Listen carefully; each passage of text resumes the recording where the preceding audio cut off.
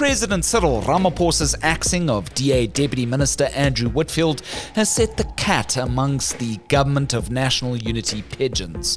First, the DA issued the ANC an ultimatum: fire all your ministers accused of corruption or forfeit our friendly vote. Since then, the DA has singled out 2 ANC ministers in Parliament, whilst quietly threatening to press a nuclear option that could very well collapse the entire coalition.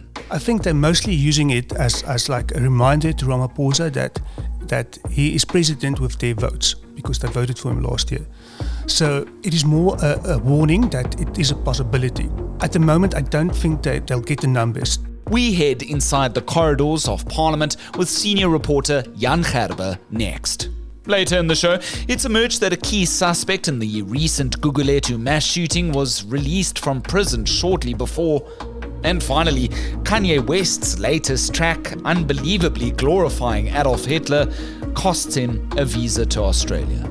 To know when the next episode drops, hit the like, follow, and subscribe buttons on our YouTube, Spotify, and Apple Podcast channels. Stay tuned until the show's end to hear all of your voice notes on the previous edition's topic. If you'd like to engage us on this episode's topics, you can do so by sending us your opinions to the official The Lead WhatsApp line. That number's 072 562 3179.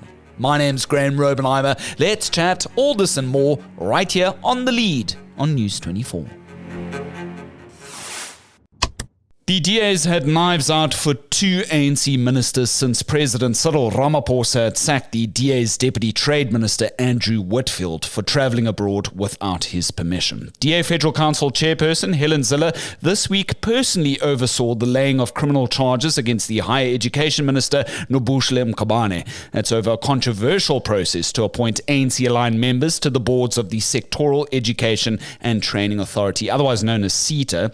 The DA's already got pending charges too against Housing Minister Thembi Simelane. That's over the VBS Bank scandal. Now, a lot of this animosity between the Democratic Alliance and the African National Congress, the largest bedfellows of the Government of National Unity, otherwise known as the GNU, is playing out in Parliament. Our senior reporter there is Jan Gerber. He's joining us now in our Cape Town studios to help us arrange our thoughts here. There's a lot going on. Let's start with the DA's Deputy Minister, Andrew Woodfield, sacking. Of course, it took a lot of us as journalists somewhat surprised to see it. We didn't know what the initial reasons were given. The DA was sort of already crying foul about this SETA process, but what do we know first of all, just to bring our listeners up to speed about that sacking and the reasons given by the President's office here? What we know from the presidency side, the official version at least, is that former Deputy Minister Woodfield travelled to the US without obtaining President Ramaphosa's permission. According to the DA, he did request the permission 10 days before he travelled. But then, now 4 months later, the presidency said he travelled without permission and he's gone. It is in contravention of the ministerial handbook or the protocols for the executive. I think there's a bit more to it. I think the president has been under pressure from the ANC to kind of like get a hold of the DA. Also, Woodfield went as part of a DA delegation to the US, and there is this tug of war between the ANC and the DA about South Africa's foreign policy, which the president is in charge of, but the DA want more influence at that. So it's part of that power struggle as well. Jan, and then the President's office, Vincent Magwenya, had issued the statement basically saying that there is precedence here that ANC ministers in the past have fallen foul of the same sort of not asking for permission before travelling abroad and then sort of being let go for those very reasons. Who are those ministers and what were those cases? Do you remember them? Yes, the first one was Winnie Madikizela Mandela, who was fired by her former husband, Nelson Mandela. Also for travelling abroad without permission.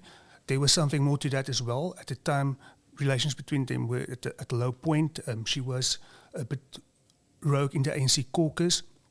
The second case was Thabo Mbeki firing Deputy Minister Rutledge. And again, she was very critical of his AIDS denialism. She went abroad to an AIDS conference and then she got fired again for traveling without permission. But in both cases, there was more to it than just traveling abroad. The DA then came out, they started crying foul about this, seater appointments on behalf of Minister Nkabane. And initially I was kind of a bit dumbfounded because I didn't understand why they were sort of bringing that up so quickly and conflating it with the Woodfield process. What do we know about this appointment process? It's understood that, some of these people that were brought to the board for CETA seem to be ANC aligned, one of them a son of a current minister, right? Yes, Gwedi Mantashe's son. A number of the people appointed on this board were ANC-aligned people. It leaked out. It's been more than a month ago, and the DA has been on its case already. So it's not that they started with this thing once Woodfield got fired. So it's been on the radar already. Their MP, Garabo Gagau, asked questions of the minister about it in Parliament. The minister, after public pressure, reversed a decision on the appointment of these board members, and then she blamed the appointment on an independent panel. And then when she was asked about this panel, she refused to give them the names in Parliament. And then when she did, she alleged that Advocate Terry Mutau chaired this panel, only he didn't know about it. He denied it, right? He denied it publicly, so that's why they're saying she lied to Parliament. So even when we heard that there's trouble brewing in cabinet, somebody's going to get the sack, we thought it would be a bigger shuffle and she would be included in Nkabane. And what's the precedence for lying in Parliament? Tony Yengeni's name comes up, right? That's the only one I know of that faced criminal. That when he was found guilty in a court. I think he pled guilty. So he was found guilty of fraud. There's been cases that I know of where people lied to Parliament, but nothing happened. I remember one instance where, maybe I shouldn't. No, I'm so interested to hear now. There was years ago, there was a investigation into SABC, and Faith Mutambi, the committee found that Faith Mutambi lied, but nothing happened. She's still an MP. There was one instance where President Ramaphosa remarked, as an aside, that if they didn't support the Party Funding Act, and then Malema said they did, only they didn't, and nothing happened to him either. So, it's. There's also been an instance where the public protector found that Des van Rooyen lied to Parliament about not visiting the Guptas, but the previous public protector report was overturned by court. As we know, Des van Rooyen is an MKP MP now. So Parliament should take this much more serious because it happens more often than it should. Yeah, and it was quite interesting when Zilla was laying these criminal charges. She was telling the reporters about the information scandal, and I actually just recently read up on this scandal again with Louis Late and Connie Mulder and of course the Prime Minister at the time during the 70s was of course John Vorster, and that whole she used that as basically a precedent of when lying also took place. But I don't know if that's a bit too old to hark back to. Obviously, she was reporting on it at the time. It was a different constitutional regime. Of course, it wasn't a constitutional regime either. But it was a different time, a different set of rules. But it is parliaments around the world shouldn't tolerate lying to Parliament. It's like lying to court. The Powers and Privileges Act also treats it like perjury. So it's a serious offence. Absolutely. Okay, so we've got all of that. That's very important context as we build up here. So how did then Minister Nkabane's NCOP budget vote go? Obviously, it's not like the main committees where you'll have perhaps maybe more vocal MPs, or maybe I'm mistaken. I haven't really watched a lot of Parliament recently, but I can imagine that there were certain party lines that needed to be towed here, and of course the DA was going in all guns blazing for the minister, right? Yeah, it was fascinating. It was like return of the Zuma era Parliament. You had the DA hammering on corruption, the ANC speaking around it, not going there, and then the minister also not addressing the issues against her, except towards the end say misogyny, racism. But So it's a massive shift in the current parliament, because it's also, I mean, I haven't seen a lot of the debates yet, they're just starting now, but there seems to be the DA reverting back to its former position of like hammering on corruption, almost like an opposition within the government now.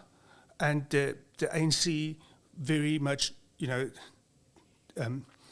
very used to, they're not used to challenges from within, So it's going to be, I think it's going to be a rough month in Parliament.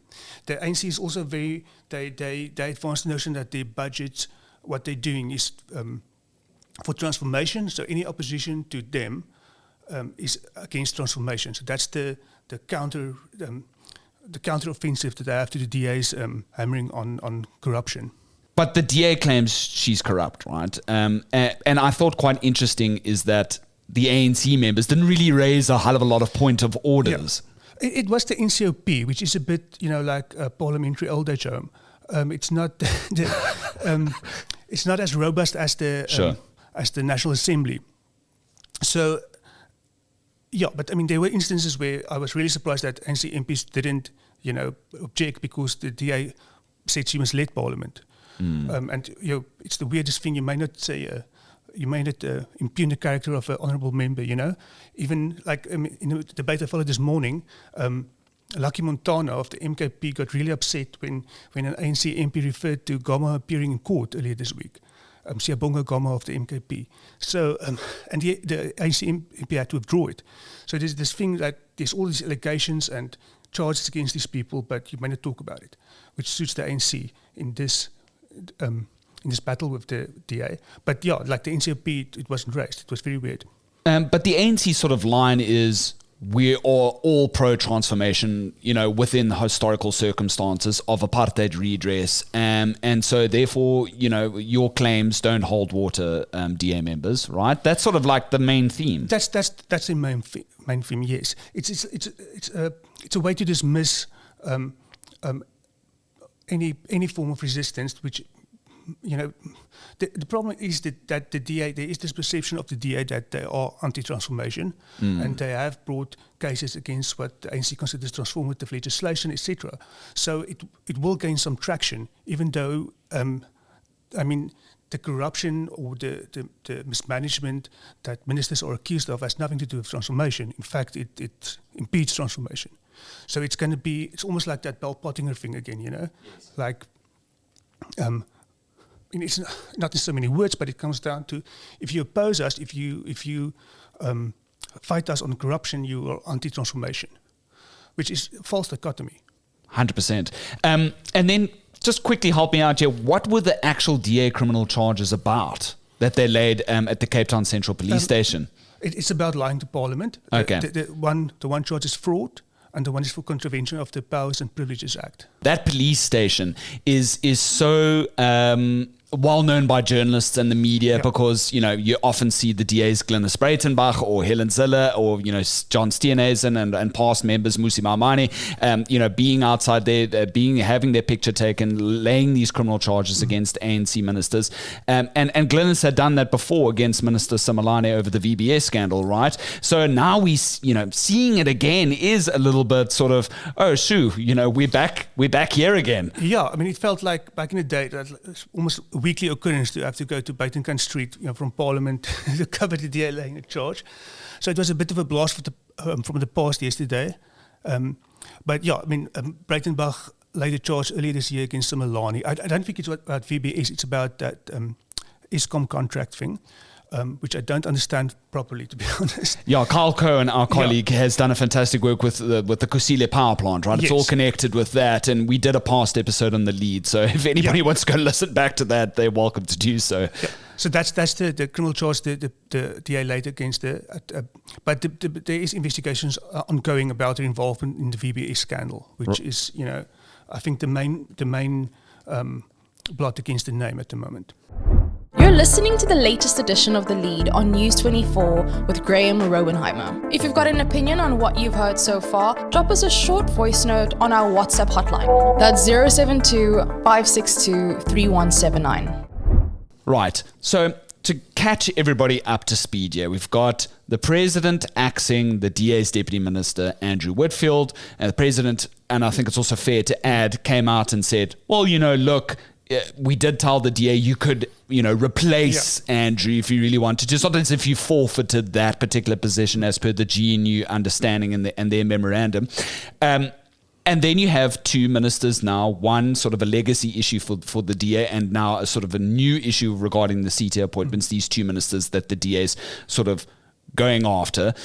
Over all of this is a bit of a dark cloud and a nuclear option that the Democratic Alliance has. And you penned this excellent piece about how you go into the intricacies of Parliament and what it would take for the DA to bring it sort of like, I don't know, what they might tout as their final option here of a possible motion of no confidence against the president.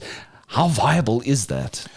Not very, to be honest. I think they're mostly using it as like a reminder to Ramaphosa that he is president with their votes because they voted for him last year. So it is more a warning that it is a possibility. At the moment, I don't think they'll get the numbers. If the DA, let's take this from the beginning. So there's 400 seats in the National Assembly, right? How much does the DA have at the moment, and how much does the ANC have? Let's start there. I can't recall the DA's exact number. I think it's 87, and the ANC's got 159. Right. But the calculation I do remember is that if all the opposition parties vote with the DA, they have exactly 200 votes. That is assuming that everybody is in Parliament, because it doesn't always happen. Right. In fact, it seldom happens. We're looking at the MKP guys especially. Yeah, some of them will have court appearances, others will be kicked out of the party either by Nkandla or by Gloppy. It's crazy what's going on there. So it's 159 for ANC, Jan, just to help you out there, and then it's 87 for the DA. And so what you're saying is that essentially do 200 plus one to get a majority vote in order to remove the president, right? Yes. How viable is that? How possible is that? So if the Freedom Front Plus, since the GNU part are most likely to vote with the DA, if they were to join and all the opposition parties vote with the DA, then they'll have 206, which is close, but it's enough to remove the president or for the motion to pass. I don't think that all the opposition parties will vote with the DA. There's a lot of bad blood between the DA and other parties. There's also, and I think it's a valid argument to be made, that the instability that will be caused by the removal of the president through a motion of no confidence will outweigh the cause that the DA would advance as a reason to remove him. So, because, it will, the phrase nuclear option is used, it will be a nuclear option. It will be the end of the current government. It will be the end of Ramaphosa's political career, basically. On that note, because you very excellently point out something super important here, is that his time taking over from Zuma coming into his presidency thus means that if Cyril Ramaphosa is removed as president now, and correct me if I'm wrong here, he essentially, that's him, he's done. Yeah, he's done. If he's removed, if a motion of no confidence passes, then the president must resign. If the president resigns, it means his terms end. Well, his term ends, and that would mean that Ramaphosa has served 2 terms, which is the limit in our constitution. A president may only serve 2 terms. The period he took over from Zuma doesn't count as a full term, so that's out of the equation. But he can't come back. He can't be re-elected as president. So who will become president after him? And I think that is why a lot of parties will not support this motion, because the most likely candidate at the moment would be Paul Mashatile.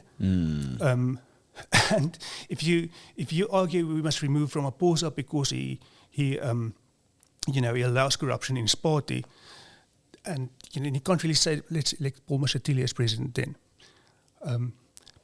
for obvious reasons. Oh, his sister-in-law's now in the lottery. He's got a stake in the lottery licensing game at the moment, which has got tongues wagging and eyebrows raised there, Jan. Say, for example, hypothetically, the motion passes, the DA gets 200 plus one, purely hypothetical. The president is removed. What happens then from a purely legislatively parliamentary process? It's quite an interesting process actually, because the motion passes, the president must resign, his whole cabinet must resign, includes the DA ministers. So there isn't a government. The speaker then becomes the acting president. Within 30 days, the National Assembly must elect a new president. If they can't do that, we go to new elections, which will be interesting. Also, it's not a clear-cut case that the current state of this National Assembly, that within 30 days they could, it's a possibility that they won't be able to elect a president. I mean, it came close last year after the elections, So it really is a nuclear option at the moment, the motion of no confidence. Because the ANC could also pull a rabbit out of the hat and say, hey, we've suddenly got EFF support. The EFF can be a very interesting figure in this whole equation. They've got enough seats to swing the vote either way. They are, governed by Malema's whims and what suits him at a specific time. So there has been talk of them joining the GNU instead of the DA during the whole impasse of the budget. So that's why I said that it's not necessarily that all the opposition parties would vote for a motion of no confidence. Right. Sure, it's such an interesting scenario, and if you're listening thus far, we're not anywhere near that at the moment. But some would argue that we are on this sort of beginning precipice, if you will, because of this fraughtness between the DA and the ANC in the wake of Woodfield. It is so interesting to see the DA now wanting to occupy both an opposition seat as well as a seat within the GNU, within being a national leadership stake. It's interesting time. So what do we got happening in Parliament this week? Well, for the coming month, until the end of this month, they will be discussing parliamentary departmental budgets. So every department, every state entity's budget will be discussed in Parliament. The DA has already said that they will not support the budgets of corruption-accused ministers. The ANC countered, but maybe they won't support DA ministers' budgets. And what we've already seen is this pattern of the debates being very much between the DA and the ANC based on corruption versus transformation. So it's going to be a rough time. I don't think relations between the ANC and the DA will improve in any way during this month. So,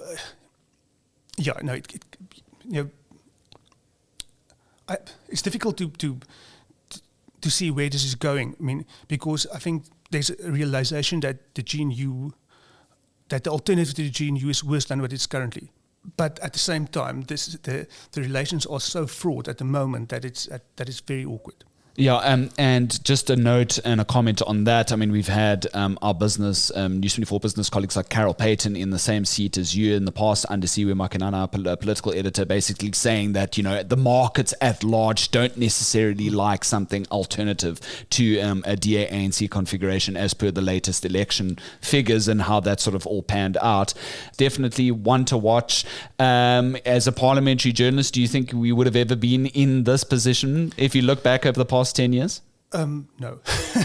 I mean, in a way, it's a good thing because it's like there's been a lot of changes the past year. I mean, last year this time with the budget votes, it was completely different from before.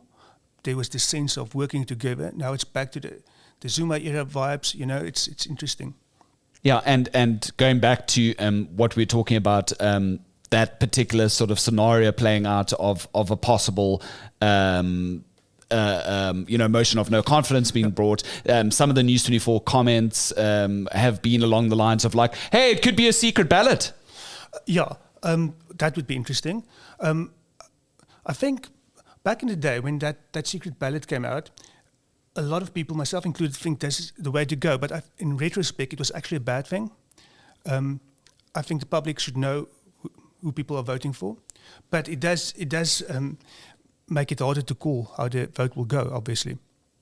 Also, Zuma survived how many of these, I think 6 or 7 motions, and that the reason the ANC doesn't have that majority anymore. So, it could be, there's a possibility that the motion could succeed now. But like I said, I don't think it's a clear and present danger. Yeah, because the DA Federal Executive has also made it clear that they're not going that route at the moment. Yeah, but they mentioned it, so they... Yeah, it's there. It's bubbling. Yeah, they just want Cyril to take note. It really seems like, in light of the budget process, the sacking of Woodfield, the ultimatums given, that this GNU is tested almost at like every turn. It seems almost every month we're dealing with a new development that takes us to that moment where it could sort of collapse in itself. It makes for interesting reporting. Not much of a work-life balance. But in any case, I think, first of all, it is the nature of coalition politics. And South Africans are not used to it yet on a national level. So maybe we overreact a little bit whenever there's a disagreement. I think the fact that the GNU survived the budget tells you there is like I don't want to say goodwill, because there's clearly not goodwill, but there is a way to muddle along. But also at the same time, there will continue to be these issues because on the one hand, you have the ANC who haven't quite grasped that they're not the majority party anymore. I mean, that hubris is still clearly there, And then you have the DA who perhaps at times overplay their hands. They try and relitigate legislation that's already been passed. They take the government to court about the expropriation bill, that type of thing, which doesn't help. They should perhaps have a rethink about how they push their agenda in the GNU. So I think that's a large part of why there's continuing these issues.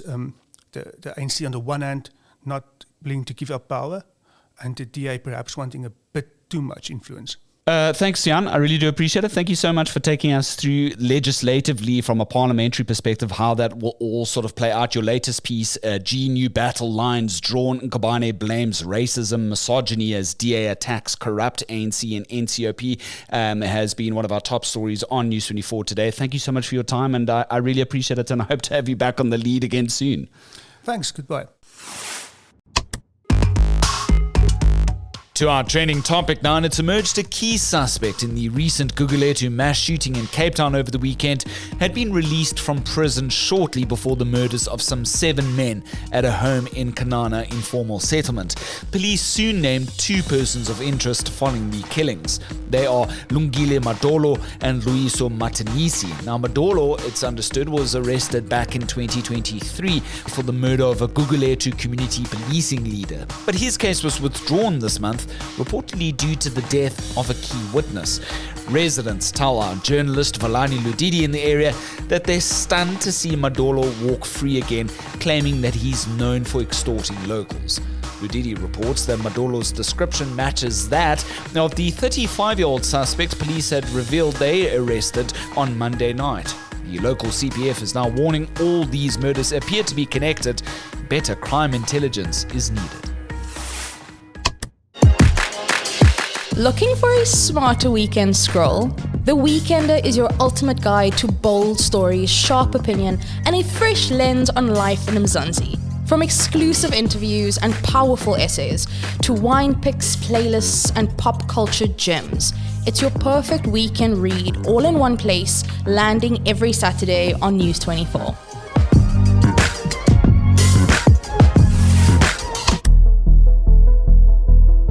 And finally, Kanye West's latest track glorifying Adolf Hitler unbelievably has now cost him a visa to Australia. The 48-year-old US rapper, now known as Ye or Yee, has released a song called Heil Hitler, which has been blasted by critics across the board for its overt Nazi themes. This song actually came out on the 8th of May, the 80th anniversary of the defeat of the Nazi regime in Germany. West had been traveling to Australia often, it's understood, because his wife Bianca Sensori is from there. But in light of the song's strong backlash, Australian immigration officials say West is no longer welcome there. Local Home Affairs Minister Tony Burke told local media that they won't allow West to import hatred to Australia. Meanwhile, one critic, Jonathan Sakadotti from The Spectator, has called West's Hitler song quote-unquote, a crude litany of racial epithets, Nazi slogans, and sexual bragging.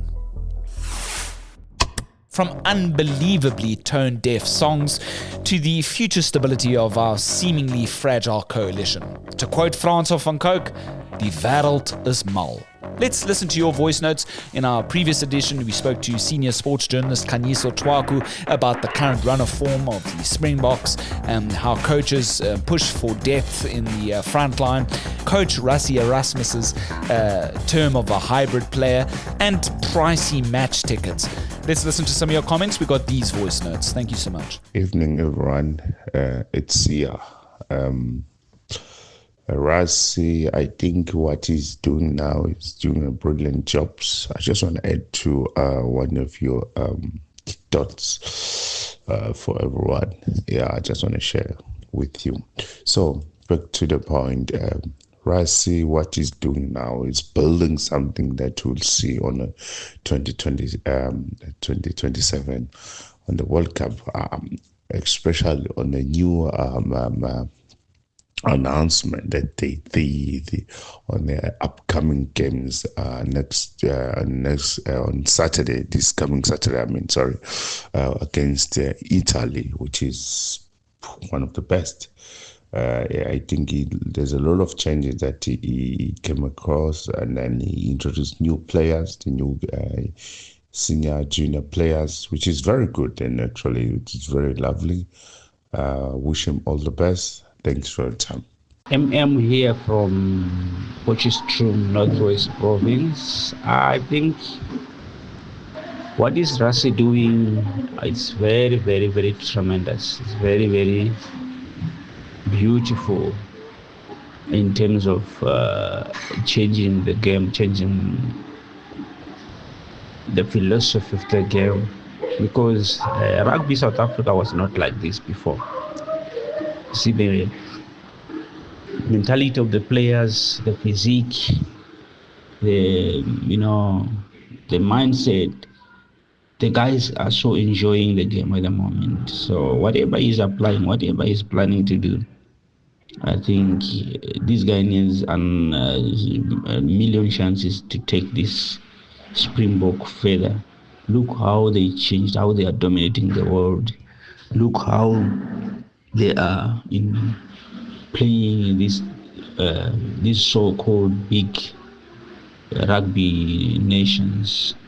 Springbok is now one of the best in the world. I think if they continue with this coach, this leadership of Rassie, they will conquer the world for more than 3 decades or so.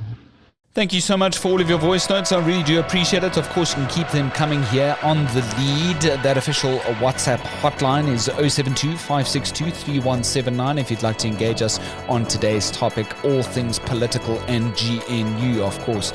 You've probably got quite a lot on your mind, so I'm looking forward to listening to those. We've got one more episode this week, releasing at 7 p.m. this Thursday. If you'd like to know exactly when it's dropping, you can hit the follow and subscribe buttons on our Spotify, Apple, and YouTube podcast channels. My name's Graham Robenheimer, and so long as there's a coalition, we'll have The Lead.